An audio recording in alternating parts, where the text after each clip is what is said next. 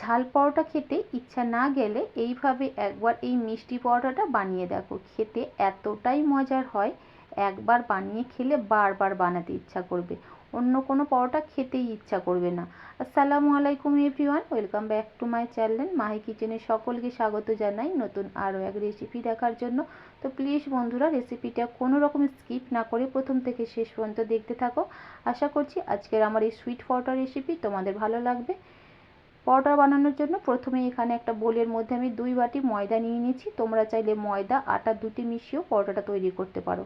সুন্দর একটা কালারের জন্য দিয়েছি সামান্য একটু হলুদ গুঁড়ো, স্বাদ মতো নুন, আর চা চামচে 4 চামচ দিয়েছি সয়াবিন তেল। একটু সময় নিয়ে হাত দিয়ে ঘষে ঘষে ময়দাটাকে খুব ভালোভাবে ময়ান দিয়ে নিতে হবে। ভালোভাবে ময়ান দেওয়া হলে পরোটাটা অনেক বেশি খাস্তা হবে, খেতে বেশ ভালো লাগবে। তারপর অল্প অল্প করে পানি দিয়ে একটা সফট ডো তৈরি করে নিচ্ছি। আর এখানে এই পরোটাটা বানানোর জন্য ময়দাটাকে একটু সফট করেই মেখে নিতে হবে, অতিরিক্ত টাইট করে ডো কিন্তু মাখলে এখানে হবে না। তো দেখতেই পাচ্ছ এখানে ডোটা কিন্তু খুব সুন্দরভাবে মাখা হয়ে গেছে। সামান্য একটু তেল আবারও ডোয়ের উপরে একটু মেখে আমি ময়দাটাকে 10 মিনিটের মতো রেস্টে রেখে দিচ্ছি। ততক্ষণে পরোটার ভেতরে স্টাফিংটা বানানোর জন্য চুলায় একটা প্যান বসিয়ে দিয়েছি। প্যানটা ভালোভাবে গরম হয়ে যাওয়ার পর চা চামচে 4 চামচ দিয়েছি ঘি, আর অ্যাড করে দিচ্ছি 1 কাপ বেসন। তারপর চুলোর ফ্লেমটাকে একেবারে লো রেখে বেসনটাকে খুব ভালোভাবে ভেজে নিতে হবে। একটু সময় নিয়েই কাজটা করতে হবে, আর অনবরত নেড়েচেড়েই কিন্তু বেসনটা ভালোভাবে ভেজে নিতে হবে। খুব ভালোভাবে ভাজতে ভাজতেই এখানে আমি দিয়ে দিচ্ছি চা চামচে 2 চামচ সুজি। আবারও খুব ভালোভাবে নেড়েচেড়ে বেসনটাকে প্রায় এখানে 6 থেকে 7 মিনিট সময় নিয়ে আমি ভেজে নিয়েছি। আর এই সময় কিন্তু চুলোর ফ্লেমটা আবারও বলছি একেবারে লো রেখে দিতে হবে। চুলোর ফ্লেমটা এখানে কোনোভাবেই বাড়ানো যাবে না, তাহলে কিন্তু বেসনটা পুড়ে যাবে, সেক্ষেত্রে পুরের টেস্টটা নষ্ট হয়ে যাবে। তো 6-7 মিনিট পর আমি চুলোর ফ্লেমটাকে বন্ধ করে এক সাইডে বেসনটাকে রেখে দিচ্ছি। তারপর আবারও চুলায় একটা সসপ্যান বসিয়ে দিচ্ছি চিনি শিরা বানানোর জন্য।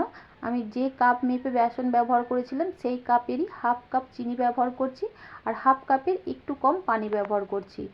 দিয়ে চিনির শিরাটাকে 2 মিনিটের মতো ফুটিয়ে নিয়েছি। দেখবে একটা চিটচিটে চিনির শিরা তৈরি হয়ে গেছে। আর এদিকে বেসনটাও কিন্তু আমার ভালোভাবে ঠান্ডা হয়ে গেছে। তারপর এখানে চা চামচে 3 চামচ দিচ্ছি গুঁড়ো দুধ। আর অবশ্যই কিন্তু বেসনটা ভালোভাবে ঠান্ডা করে নেবার পরেই গুঁড়ো দুধটা ব্যবহার করবে, তাহলে দেখবে খুব সুন্দরভাবে বেসনের সঙ্গে গুঁড়ো দুধটা মিশে যাবে। আর হ্যাঁ, এখানে কিন্তু চিনির শিরাটা 1 তার বা 2 তারের চিনির শিরা হবে না, জাস্ট একটু চিপচিপে হবে, এইভাবেই চিনির শিরাটা তৈরি করে নিতে হবে।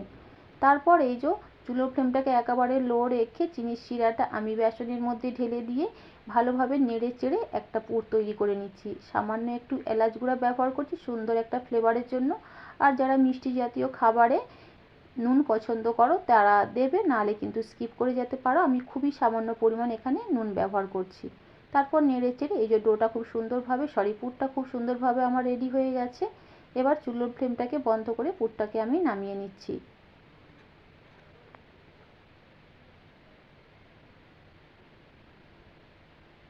তো এদিকে পুরটা যখন ভালোভাবে ঠান্ডা হয়ে যাবে তখন পুর থেকে ছোট ছোট করে এভাবে আমি লাড্ডু তৈরি করে নিচ্ছি। এভাবে তৈরি করে নিলে পরোটার ভেতরে স্টাফিংটা ভরতে সুবিধা হবে।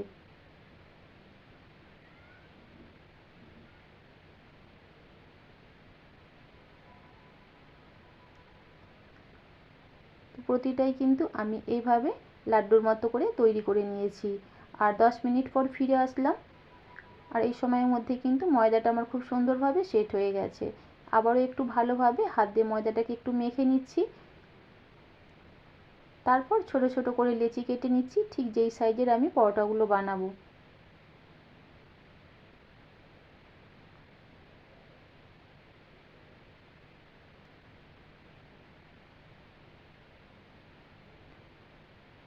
তো এই যে আমার লেচি কাটা হয়ে গেছে। তারপরে একটা লেচি নিয়ে হাতের সাহায্যে এভাবে ঘুরিয়ে ঘুরিয়ে একটু স্মুথ করে নিচ্ছি।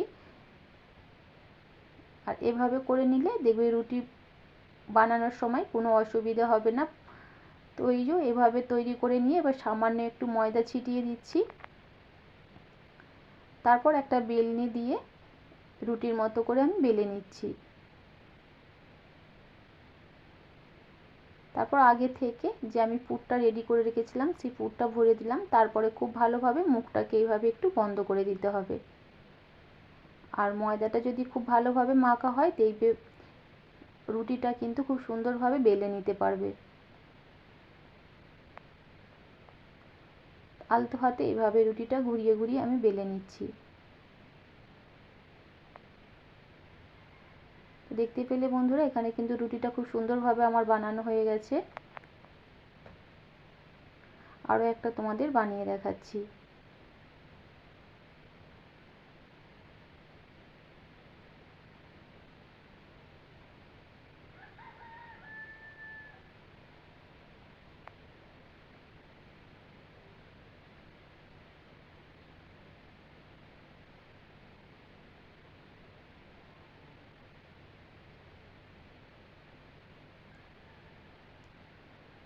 তো এই যে দেখতেই পেলে কত সুন্দরভাবে কিন্তু এখানে আমার প্রতিটা রুটি বেলা হয়ে গেছে। এবার রুটি বা পরোটাগুলো ভেজে নেবার জন্য চুলায় একটা প্যান বসিয়ে দিয়েছি। প্যানটা যখন ভালোভাবে গরম হয়ে যাবে আমি এই যে একটা করে রুটি দিয়ে দিয়েছি প্যানের মধ্যে।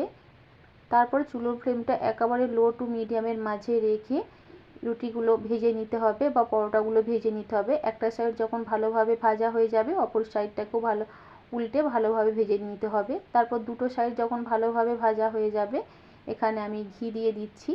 আর চাইলে তোমরা কিন্তু সাদা তেল ব্যবহার করেও পরোটাটা ভেজে নিতে পারো, তবে ঘি দিয়ে ভাজলে খুব সুন্দর একটা ফ্লেভার পাওয়া যায় আর পরোটাটা খেতে হবে অনেক বেশি মজার।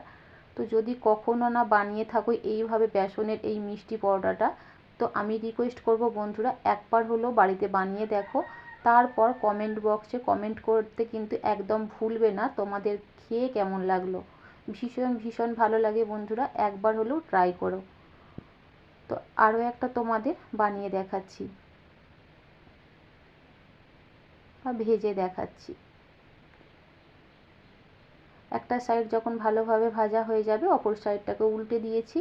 আর প্রতিটা পরোটা কিন্তু খুব সুন্দরভাবে ফুলছে, সেটা কিন্তু তোমরা দেখেই বুঝতে পারছো। ময়দাটা ভালোভাবে মাখা হলে প্রতিটা পরোটা কিন্তু একদম বলের মতো ফুলবে। খুব ভালোভাবে দুটো সাইড ভালোভাবে ভাজা হয়ে যাবার পর সামান্য একটু করে আমি ঘি দিয়েছি।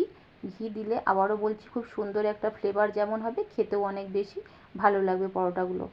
তো একইভাবে সমস্ত পরোটা এখানে আমার ভাজা হয়ে গেছে। তো দেখতেই পেলে বন্ধুরা বেসনের এই মিষ্টি পরোটাটা দেখতে যেমন সুন্দর হয়েছে খেতেও কিন্তু অসম্ভব মজার।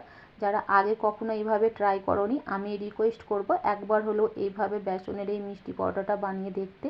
তো আজকের রেসিপি যদি তোমাদের ভালো লেগে থাকে প্লিজ বন্ধুরা লাইক কমেন্ট এবং শেয়ার করো, চ্যানেলটা সাবস্ক্রাইব করে পাশে থাকার অনুরোধ রইল। আবারও দেখা হবে নতুন কোনো রেসিপিতে। আজ তাহলে এ পর্যন্ত, আল্লাহ হাফেজ।